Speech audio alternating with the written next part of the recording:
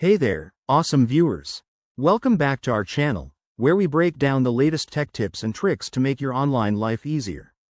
Today, we're diving into how to remove your resume from LinkedIn in 2025. Whether you're switching jobs, updating your profile for privacy, or just want a fresh start, this step-by-step guide will have you sorted in no time. LinkedIn is a powerful tool, but sometimes you need to tweak your settings to keep things professional and secure. First off, why would you want to remove your resume?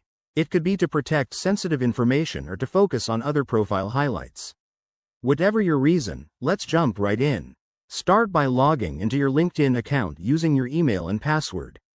Once you're in, head over to your profile page. It's the one with your photo and headline at the top. Next, scroll down to the Featured or About section where your resume might be attached. LinkedIn's interface can vary slightly based on updates, but in 2025, you should see an option to edit your profile.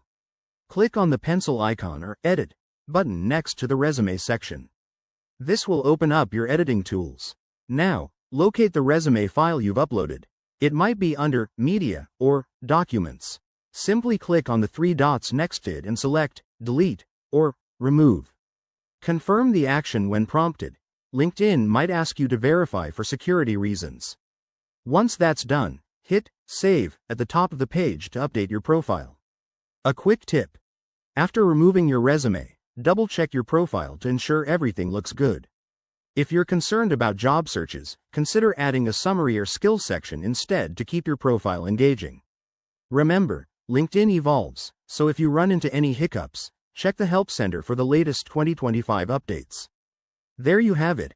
That's how you remove your resume from LinkedIn quickly and easily.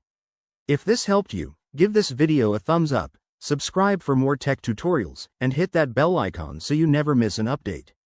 Thanks for watching, and I'll see you in the next one. Stay connected.